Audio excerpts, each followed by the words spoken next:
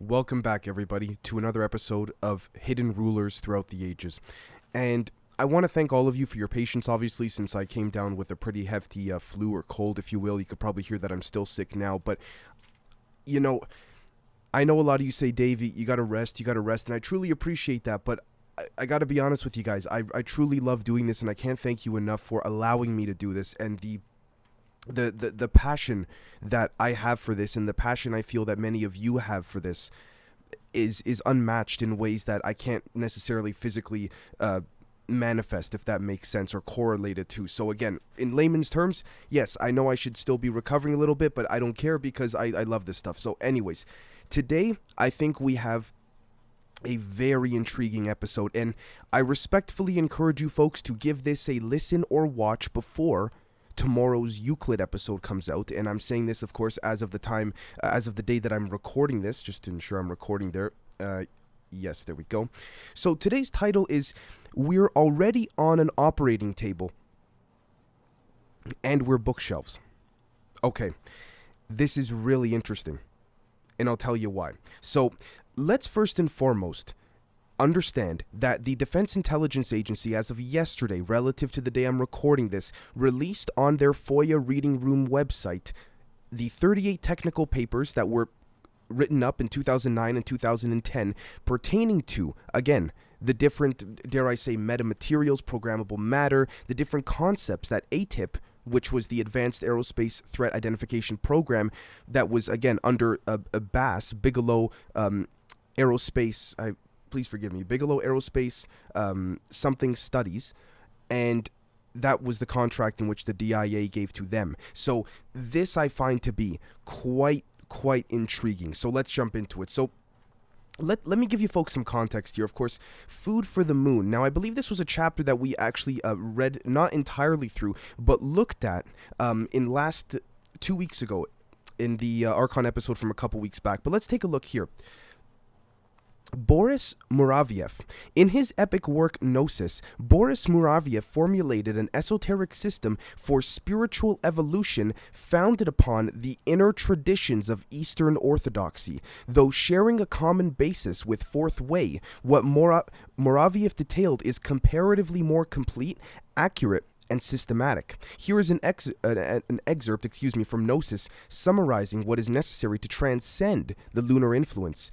As a cell of organic life on Earth, man plays a part in the development of the ray of creation. Now, first and foremost, if we reference back to the roundtable that we did with Scott, Andy, and Brandon pertaining to, again, looking at some of the DIA documents, what you'll see there is that, again, we proposed a particular theory or hypothesis pertaining to photons and light rays being bent around the information structures in which our subconscious and conscious do in fact perceive. Now, here's what's interesting. I dare to propose or postulate, we're just exploring ideas. I'm not saying this is the end-all be-all. Let me be very clear. We are consciously on a metaphysical operating table, but our subconscious is that table. If you guys see what I'm saying, we are being metaphysically scalped, and I do not mean to fearmonger or sound like I am trying to disseminate a disturbing or negatively oriented rhetoric or narrative, but we are metaphysically being scalped in a way that is harvesting our energy in a cosmological feedback system that is inverted to serve anything and anyone or any form of energy except for the ones in which it's coming from, us. Okay, and I would also like to thank Lewis as well for the term neurological form constants, which seem to corroborate physical realism, and we'll get to that shortly. I don't mean to confuse you folks or ramble on in that regard. So let's take a look. As a cell of organic life on Earth, man plays a part in the development of the ray of creation. The vivification of the moon, that cosmic photos, is one aspect of this development. This requires considerable quantities of energy, which is produced in particular by the human part of organic life. Illusion, which plays such an important role in the waking consciousness of man, was introduced into that state so that he would accept this aspect of the cosmic work, participating in it without rebellion.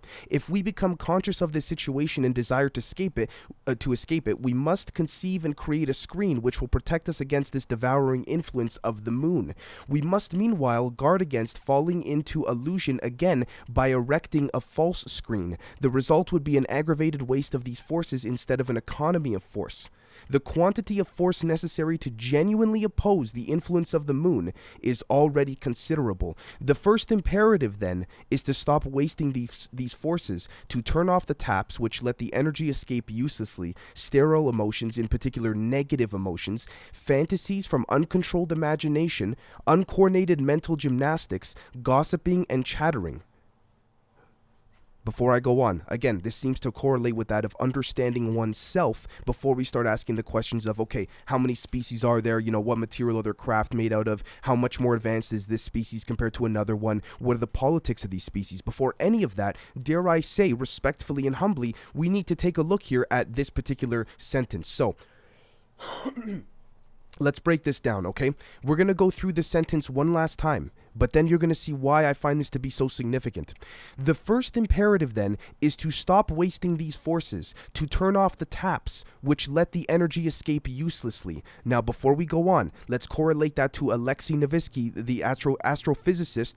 Special shout out, brother. He's coming back on soon to review some very interesting zero-point energy papers with us for the members. But what we'll find here is Alexei Novitsky talks about, again, in his book, as we've gone through, and you can, for those that are new members, you can check the previous, you can check the archives of the list of episodes we have here on Patreon, and you could see that there are springs in which one's intention and intent focus towards when the bioresonant frequencies emitting off the body are pointed towards a particular direction. This is not a conspiracy. I mean, for crying out loud, folks, we did a public episode, which was early access for you folks, obviously, a couple weeks back. We used the WHO's own website to source this, to show that this is the case. And then 2 days after, it was removed from the WHO's website. I'm not saying it was us that caused them to remove it, but I mean, a little bit coincidental, you know? So again, now, let's take a look at this. To turn off the taps which let the energy escape uselessly, such as sterile emotions, in particular negative emotions, negative emotions pertaining to, again, dare I say, unfortunate events such as 9/11 and what have you, right? Fantasies from uncontrolled imagination, dare I say, because again, we're largely adults here. Porn, I would probably say, honestly. Uncoordinated mental gymnastics. Gossiping and chattering. This is interesting. Uncoordinated mental gymnastics, gossiping, and chattering. By the way, I'm not saying porn is bad. I'm just saying the concept of, I'm just going to be straight up about it. The very direct and implicit fetishes that these porn websites seem to be really pushing onto people. That's what I mean more so specifically. But anyways, we'll find over here. Let's take a look. Okay, softpanorama.org. Okay, this is a huge website for some very, very, dare I say, gray, unfortunately dark strategies. So again, this is not for the faint of heart, delving, not this particular section, but the website overall, I would say respectfully. Now, let's take a look here. In politics and sociology, divide and conquer is gaining and maintaining power by breaking up larger concentrations of power into pieces that individually have less power than the one implementing the strategy. Very simple. Excuse me. Is it easier when you say you go buy a pizza, you pick up a pizza? Is it easier in terms of weight and balance in your hands physically to carry an entire pizza box home? So you got to walk home or even bring it into the car, or in terms of just ergonomics and all of that, it's just easier to carry a slice. It's easier to carry a slice, right? That's exactly what this is here. By dividing and conquering, it's much easier to carry that slice of pizza home instead of saying, holy crap, I got this whole box of pizza I got to carry with me. I got to make sure I don't fall. You see what I'm saying? Again, metaphorical example, but we can apply it here. So, the concept refers to a strategy that breaks up existing power structures and prevents smaller power groups from linking up. Traiano Boccalini cites, quote, divide et impera in La Bilancia Politica 1136 and 2225 as a common principle in politics. The use of this technique is meant to empower the sovereign to control subjects, populations, or factions of different interests who collectively might be able to oppose his rule. How can we make some correlations to modern world today? Interesting, isn't it? Now, Machiavelli identifies a similar application to military strategy, advising in the book of the Art of War, Del Arte de la Guerra, that a captain should endeavor with every art to divide the forces of the enemy, either by making him suspicious of his men in whom he trusted, or by giving him cause that he has to separate his forces, and because of this, become weaker. Interesting, right? Now, let's take a look, for example, if we go back here. The first imperative then is to stop wasting these forces, to turn off the taps which let the energy escape uselessly. Sterile emotions, in particular negative emotions, fantasies from uncontrolled imagination, uncoordinated mental gymnastics, gossiping and chattering. We must thus act like a wise minister of finance and carefully economize our energies, yet without all the time sterilizing either our activity or our intelligence. On the contrary, we must store and as far as possible augment these forces to build up our reserves. These are the two main aspects of the first objective we have to obtain. By you and I having this conversation right now, I dare to postulate humbly that we're doing exactly that now. Muraviev also explained that organic life functions as a transmitter station, sending refined energy to the moon to assist its growth. Despite increases in the human population and thus an increase in quantity of energy transferred, times of peace do not produce sufficient energy, and so catalysts for suffering such as wars and catastrophes arise to sustain the process. Interesting. Again, this speaks back to, again, thanks to Brandy, trickedbythelight.com, the concept of the demiurge knowing whether it's an archon, an AI, whatever you want to call it, a sort of metaphysical parasite, if you will. Again, not to fearmonger, but if we want to call it like what it allegedly is, again, the concept of dividing, but also creating just enough peace so that the energy's regained again, if that makes sense. Now, what's interesting about all of this, too, is that using this process, okay, it seems as though, for those that watched, of course, the episode we just put out for the members with Scott, Andy, and Brandon, creating one's own luck. How does one do that? This is where it gets interesting, folks. So, let me just take a sip here, and then we're going to head to the sketchboard, actually, to take a look at some very interesting things. So, how does one create one's own luck? Well, let's see here, for example. Pretend this is Earth, okay? Please ignore this X with the blue circle for now. Pretend this is Earth. Pretend these green circles are entropy pockets, entropy and neg-entropy pockets. So you might say, Dave, what does that mean? They're forms of energy, including humans, but also what you would call ghosts, plants, nature, all of that, within particular vicinities, and then the energy in which the bioresonant energy disseminating off of us, the plants, everything around it, stops and hits a limit. Now, I'm not saying there's a perfect circle. I'm just using the green circles as an example of that, and of course, as I say, my green circles are not nearly perfect as well, and it kind of fits in this case. Now, this is what one could say is an entropic state around the globe. Right, which is why, for example, in some places, some of you might live in some parts of the world where it's like, holy crap, no matter what I do with my body, no matter what I do for my health, I still, part of my English, still feel like total shit. This could explain that. I'm not saying it does, but this could certainly explain that. This could then, again, lead into I want to be careful with these terms because I don't want you folks to interpret the stigmatization of the rhetoric here, but spells. White magic, black magic, casting spells all over the planet, so to speak. Okay, if that makes sense. Now, again, when I say spell, you might say, Dave, what do you mean by spell? Again, we could say that a spell has to do with intent of one's particular bioresonant energy. So, again, is it science to justify? Is magic science yet to be? Is magic science unexplained? Or is science magic unexplained? I don't have the answer. But here's what's interesting about this, though. It could be both simultaneously. Because if you remember, folks, I left this part of the sketch pad deliberately open on purpose, or empty. Remember when I gave last week's episode, or 2 weeks ago, the episode talking about think about how an energy string is formed, and then it destroys itself, and then forms again, and then destroys itself again. And so what you have is just boom, boom, destruction, creation. And if it moves fast enough, you then have what's, again, an energy string, dare I say.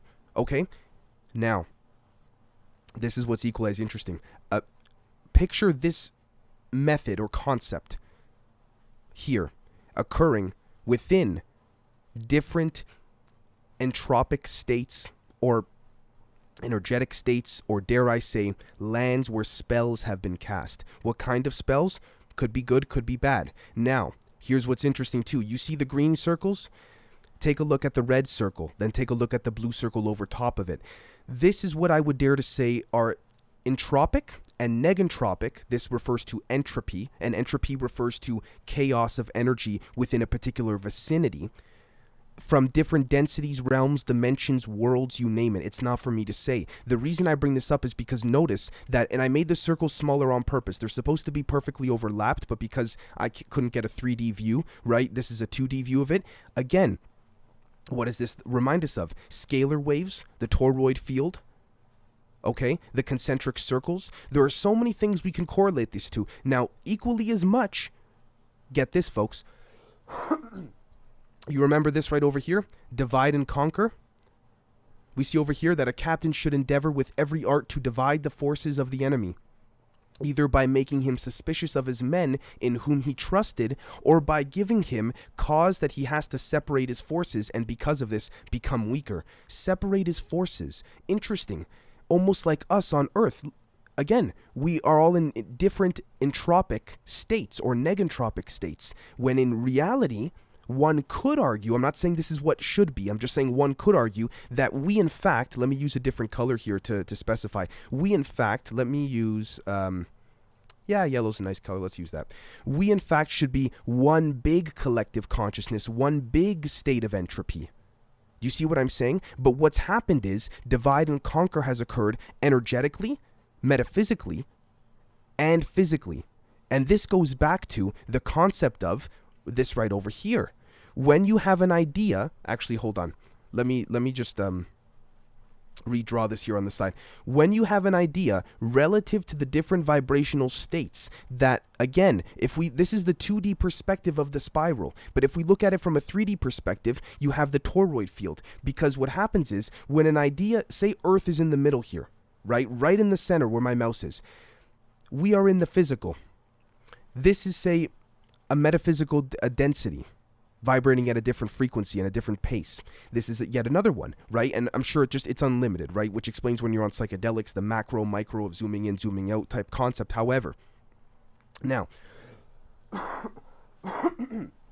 sorry guys for the coughing. I promise in the next few days I'll get better, but we'll see here. When one has an idea, and this was corroborated by many, like Don Phillips, Clifford Stone, you name it. When one has an idea, it's been postulated that, again, it starts from the outer rims of whatever metaphysical apparatus we tend to inhabit relative to our individual perspective of reality that quantum physics has proven. And so, again, we're in the center at Earth, in the center there.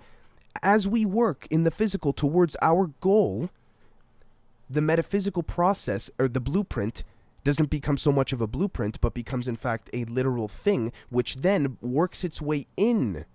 This is an arrow here, works its way into the center.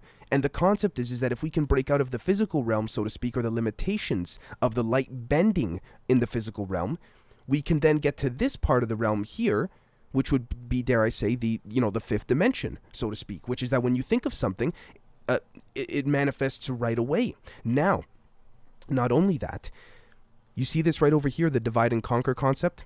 If I was in a metaphysical mindset, but I wanted to apply a military strategy, this is how I would do it, personally. Again, you remember when I said, folks, imagine if you got a crystal ball, and that crystal ball represents Earth, and you're just tapping on all the different parts of the planet to create just, pardon my English, just a clusterfuck of chaos. Yeah, this is how I would do it. But I would ensure that this yellow entropic state cannot become a collective one. You see what I'm saying? And that's hence why the smaller rings would be needed of different forms of energy to create chaos. And then you have what's called neurological form constants that, actually, let me jump over here. Describe this right over here. Again, this is the DIRD, which stands for Defense Intelligence Reference Document. Again, March 23rd, 2010, by the way, okay? Technological approaches to controlling external devices in the absence of limb-operated interfaces. Okay, now, look at this. Just at the table of contents, direct neural signals, indirect neuronal signals, control of external devices. open loop direct cortical array algorithm modeling, closed loop peripheral arrays utilizing visual feedback, new electrode designs. Hybrid neurorobotic systems for true closed loop BMI. Optical stimulation of action potentials. Optical stimulation of action potentials. Okay, I'm happy the documents are out, but at the same time, if I'm being totally honest with myself and you folks, Jesus Christ, is this thing very vague. Again, optical stimulation, the eyes, again, as I was saying about interpreting information structures relative to the light waves and the photons that are all around us. But again, something is scalping us on that table, that metaphysical surgeon table, and something's scalped us for a long time now that is basically trying to tell us, the scalp is basically trying to tell us subconsciously that the scalp isn't even there. It's sort of like you wake up on a table in a hospital and the doctor's performing surgery on you, and you're like, why the hell is surgery even being done on me? It was never planned. You didn't even know that you're in a hospital. You're like, you ask the doctor as you wake up, but you're very weak. You go, doctor, please stop, please stop. The doctor has the scalp in your body and is looking you dead in the eye and says, there's no scalp in your body. I'm not stopping anything because I'm not doing anything. That's what I would dare to say is happening energetically here. That's just, again, just my perspective. I could be very wrong. Now take a look at this. Simplified rendering of a neuron. Interesting.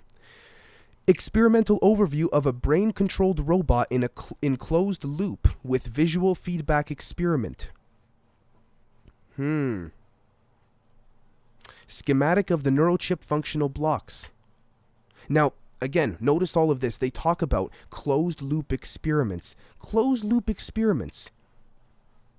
Can we not think of, again, closed loop entropic states? Interesting, isn't it? How this could be applied. Now, this is equally as interesting too. We notice within some of these documents too that there is a discussion of a hybrid neurorobotic system via that of the Boston Retinal Implant Project. This is the bostonretinimplant.org, Bionic Eye Technologies Inc. and Vices Technologies Inc. And again, BRIP, the Boston Retinal Implant Project, was founded in the late 1980s and has been successfully funded since that time to develop medical devices to help blind patients. Bionic Eye Technologies Inc. and Vices Technologies Inc. are each developing state-of-the-art devices to assist visually impaired patients. Now again, of course, I'm not trying to say good nor bad, that would be the public justification, but notice how, again, there's interesting funding behind all of this, and notice how this occurred since the late 80s, which, if we look at the timing of the Stargate project, which was headed up by Hal Puthoff, and all of this, quite interesting. But again, I'm not trying to get, fringe conspiratorial, let's make connections, but the chronology of the timeline seems to, in fact, correlate. Okay, now, this is where it gets even more, dare I say, exciting, or I guess, so to speak, right? So what you have, in addition to these neurological form constants, are social memory complexes. Now, what's interesting about social memory complexes is that as we are metaphysically in this, dare I say, shell, so to speak, in the physical, what happens with these social memory complexes is that it seems as though the moon, and we'll get to this in a second, the moon, via that of its passive energy, uses solar energy to then reflect certain rays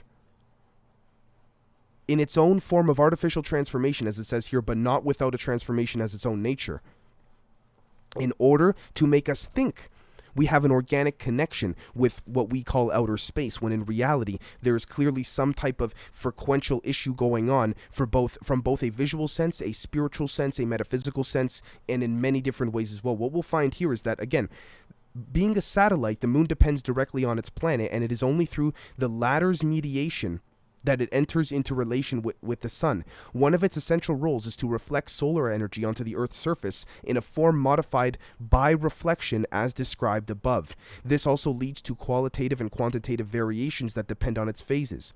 These changes do not prevent continual reverberation due to the fact that the moon always presents the same face to Earth, as the duration of its rotation around itself and around our planet are both the same. It's interesting because it stands to reason, and I quote, that essentially it is a matter of astrological alignment between the Earth, Sun, and the Moon. Oh, you mean, again, possibly like world governments knowing about every X amount of 1,000 years or 100,000 years or whatever the number is, there is a reset or a, dare I say, the fishbowl in which we may be in. Please don't let me limit your perspectives by saying these words, folks. I'm just trying to think of things on the spot here. The fishbowl in which we're in actually could be seen through. It's a possibility, right? Now, take a look at this. What we'll find here, during new and full moons, the moon and sun are respectively in conjunction and opposition. During quarter moons, they are square. Opposition, conjunction, and square represent alignments that, in this particular case, aggravate the mechanical aspects within man, or within humans. Other times of the month when the moon is trine or sextile sun, a more harmonious astrological aspect establishes itself. These alignments engender calmer temperaments with the mechanical influence not trespassing into emotional or mental territory. That the moon always shows the same face, has an unusually circular orbit, and is precisely distanced to blot out the sun during total solar eclipses implies an intentional placement by the architect of the matrix, or perhaps it simply suggests a collective choice to experience this highly improbable but necessary reality. When asked if the moon was intentionally placed, the Cassiopeans responded, quote, "This is impossibly complex because in one way or another everything is part of a plan," end quote. Muravyov and Uspensky emphasized that despite the soporific nature of the moon and the urgent necessity for individuals to overcome its influence, there is still an important cosmological reason for this arrangement. If nothing else, the moon makes physical life possible by driving the Earth's rotation. Interesting, okay? And I say this because what we'll find is, if we skip to this page here, quote, "If you cannot imagine in this way at present, you must perforce cling to materialistic images." He touched a glass of water on the round table in front of him. Then imagine a glass of water clouded with a pigment. If the glass is left to stand, the particles will settle to the bottom in a thick dross, leaving the water above clear. This is much nearer to the spiritual reality of what happened when the moon left the earth, taking with it certain forms of dross materiality. The schema which depicts the planets in extended space pertains only to physical vision. You must understand this, or there will be no way in which you can approach some of the greater mysteries of the cosmos. What appears to be on the outside is more accurately described as being on the inside. Again, as above, so below. Instead of looking outwards, what about looking inwards? Our earthly vision is extremely limited, for under normal circumstances we see outwards from the central ego to the cosmic periphery. However, this is not the cosmic vision. We are so used to this limited vision that we are not sufficiently tolerant to accept that there can be others, including a vision from the periphery into the center.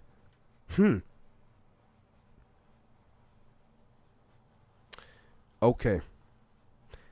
The reason I took a pause is this is what's interesting. Why, asked Philip, did the moon have to separate from the earth? It was a cosmic fission. The moon represents the harder mineralization of the earth. In the body of the moon is the matter which, had it remained with the earth, would have weighed down human development too deeply. Man would have not been able to bear the weight of those forces in his own body, just as we know from our own observations of ourselves that we must slough off darkness to reach into the light, so the planetary bodies must also involve themselves in a similar fission. Even so, it is true that the weight of the moon, albeit removed by 500,000 miles, still contorts the physical body of the earth and its inhabitants through what are usually called gravitational effects. Okay. Some of you might say, Dave, hold on. If the moon came from Earth, I thought Alex Collier claimed that, it was dragged here from Rigel, if I'm not mistaken. It was both simultaneously, as I understand it, because again, this is when it gets really, dare I say, mind-blowing, confusing, intriguing, depending how you look at it. And we're going to use a document over here to substantiate this. So this is the space communication implications of quantum entanglement and non-locality. Okay. Non-locality. What does this essentially mean?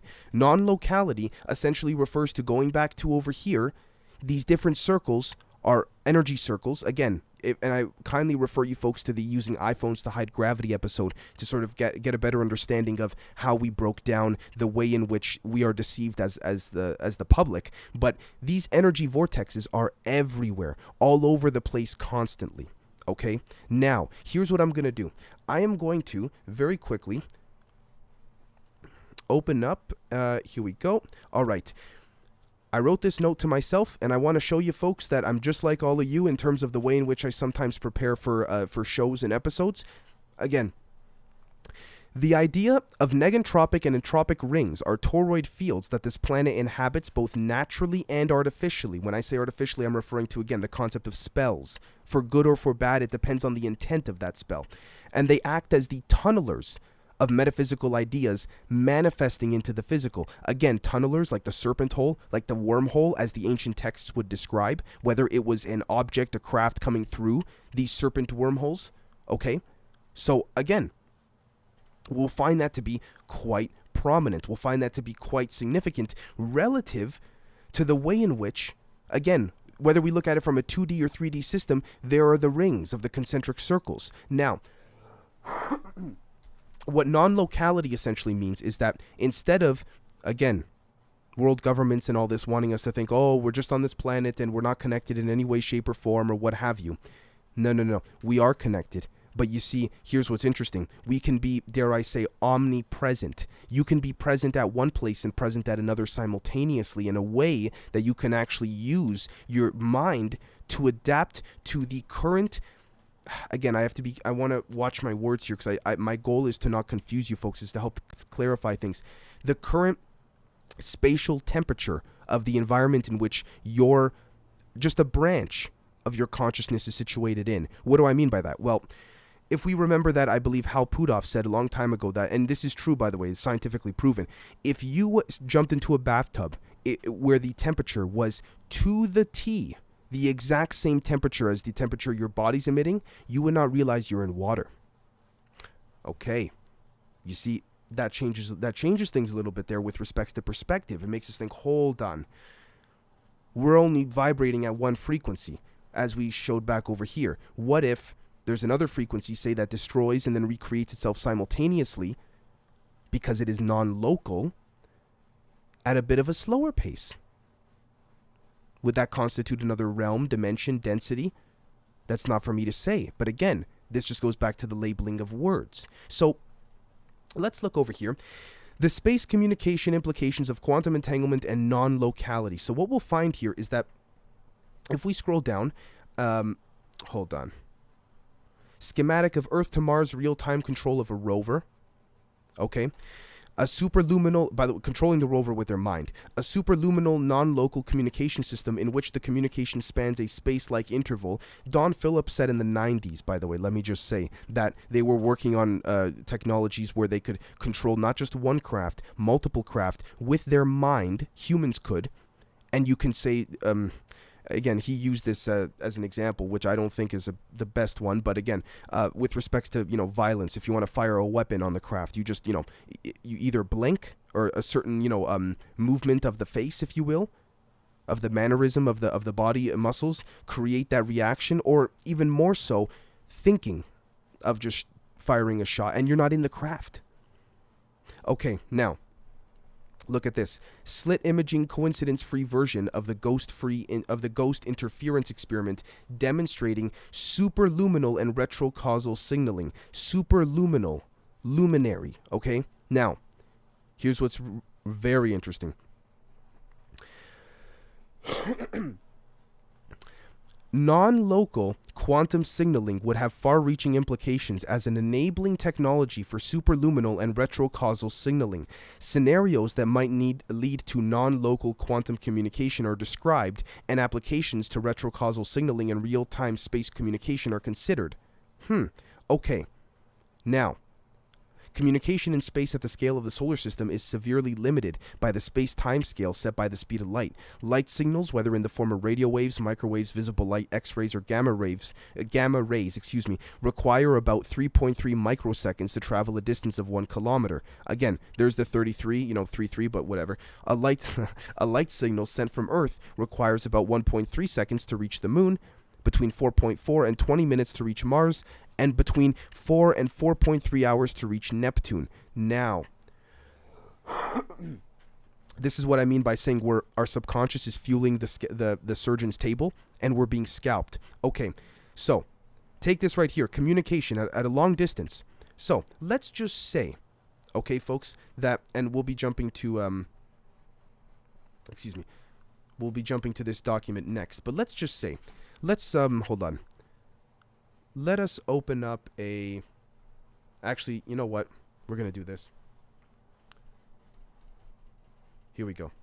Let's open. All right, here we are. So you remember, and I've done my best to try and bring this up as adamantly as I could relative to the appropriateness of the topics we're discussing. Notice how we've been exploring the idea that, let me use here red.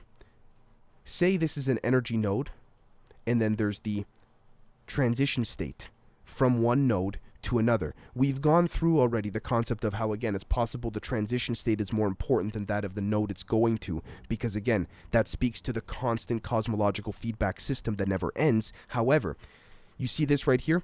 Something or someone, or maybe ourselves, who am I to say, subconsciously, is scalping a good chunk of this off. So they essentially say, we only get that little bit of that transition going to the node.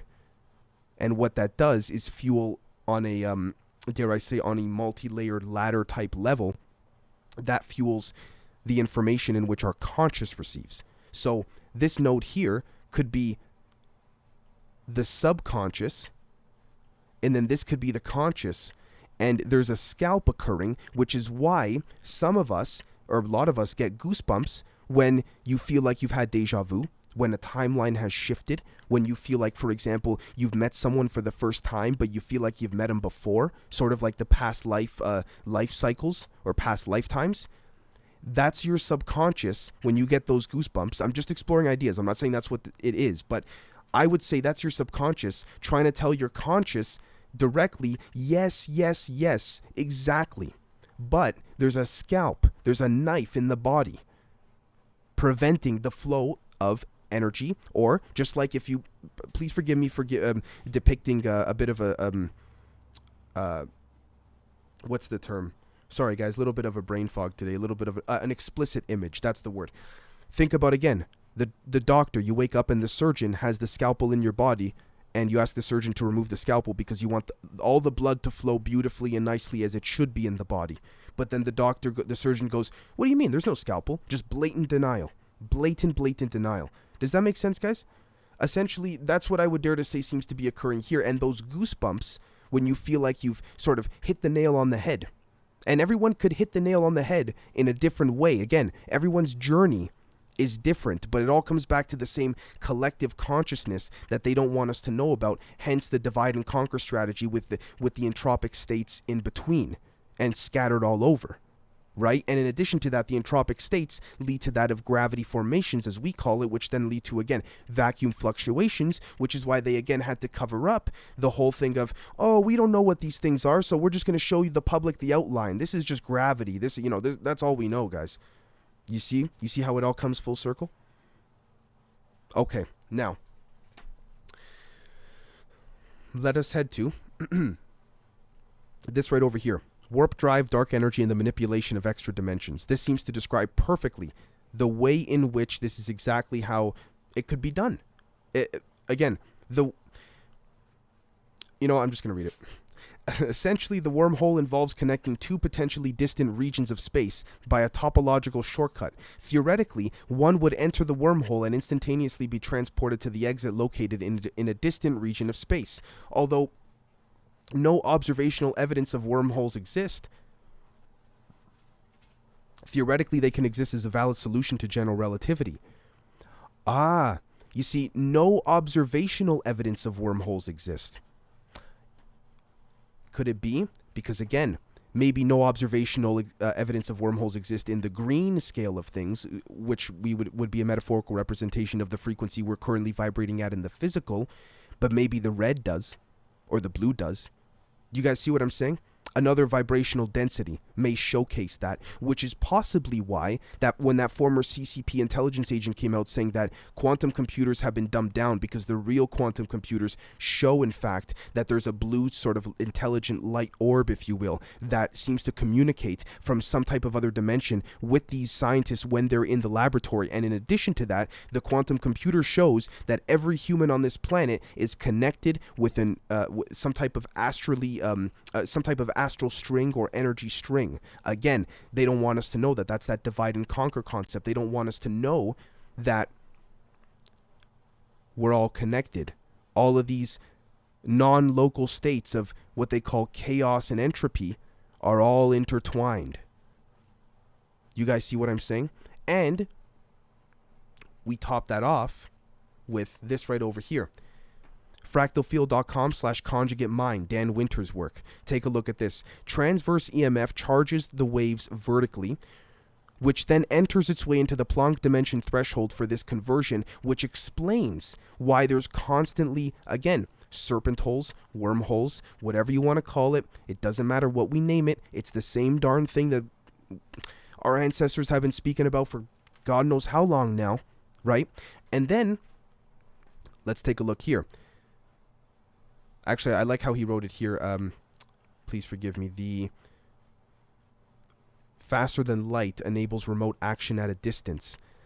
This way out through light speed for charge during perfect non-destructive conjugate implosive charge compression is the mechanism or causation of gravity, electronegativity, light force, consciousness, and all negentropy.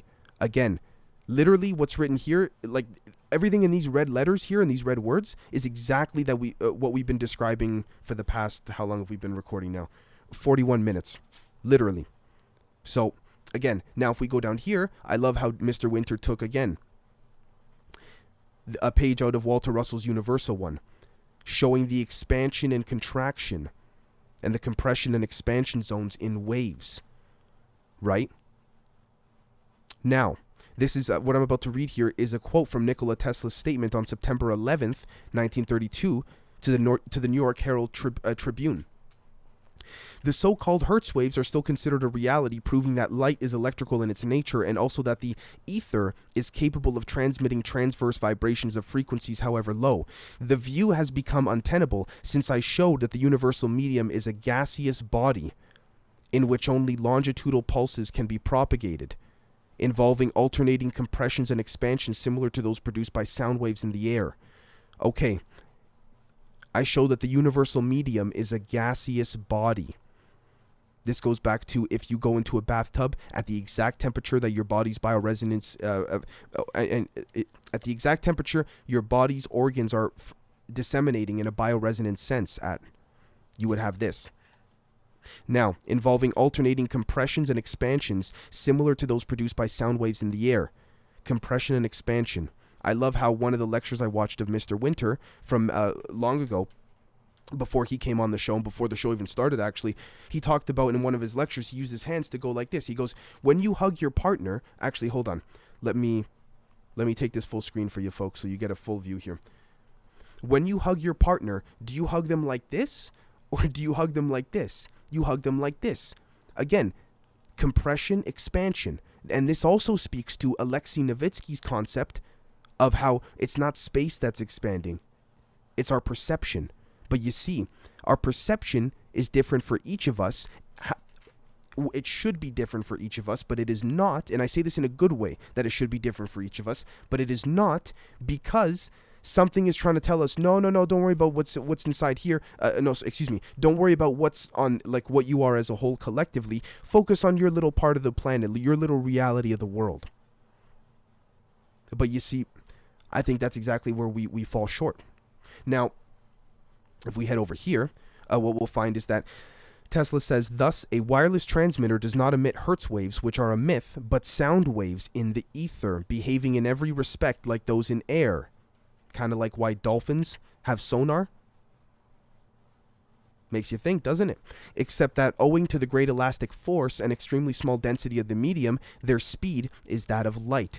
Something limited our understanding of reality to the speed of light. In my opinion, something, someone, you name it, it's hard to say, right? Of course, dare I say, the archons and all of this. But what we'll find is that if we scroll down, note the next animations of the difference between transverse versus longitudinal waves is adapted from transverse waves, and we see here, again, longitudinal waves, and we see below that sound waves are also longitudinal. Now, you might be saying, Dave, what the hell does that even mean? Okay. This is the final result. What you then have is this pine cone situation. What you then also have here are, again, the solution to plasma compression control at a distance. What you have here is exactly what Salvatore Pai's patents are. How do I know this? Well, let's take a look. Let's go Sal Pai's Navy patents. Here we are. Look at this. What do you know? Everything's compressing into the center. Sort of like this. Now the question then becomes, if, say, for example, the craft, let's say, let me make sure, yeah. The craft, assuming this were to be a craft, let's just say, you notice how, again, plasma and the light waves and all of this are coming in, and then they're moving out, they're pushing out again. That's expansion and compression. You need something around it to prevent the plasma from hitting the walls and hitting its surrounding environment and having it contained, right?